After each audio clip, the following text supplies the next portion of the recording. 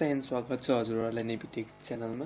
यो भिडियोमा चाहिँ हामीले ड्राइभ कसरी डाउनलोड गर्ने र इन्स्टल गर्ने भन्ने बारेमा मात्र केन्द्रित हुनेछौँ। यदि तपाईँहरूको कम्प्युटर अथवा ल्यापटप चाहिँ वाइफाईसँग कनेक्ट नहुने अथवा तपाईँको ब्लुटुथ नचल्ने राम्रोसँग, त्यसै गरी तपाईँको चाहिँ स्पिकरमा साउन्ड नबज्ने त्यस्ता कारण छन् भने चाहिँ तपाईँको कम्प्युटरमा चाहिँ ड्राइभको कमी छ।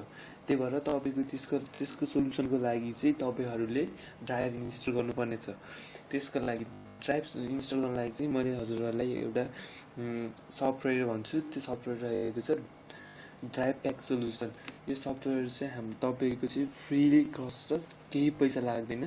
तपाईँको चाहिँ नेटमा गएर सर्च गर्न सक्नुहुन्छ। तपाईँको धेरै ड्राइभ प्याकहरू, तपाईँको ड्राइभहरू इन्स्टल हुन्छ। तर यसलाई चाहिँ यिनीहरूलाई चाहिँ पे अथवा यिनीहरूलाई चाहिँ कस्ट लाग्छ। तर यो ड्राइभ प्याक सोल्युसन चाहिँ टोटल्ली फ्री छ। तपाईँको चाहिँ तपाईँले टोटल्ली फ्री युज गर्न सक्नुहुन्छ।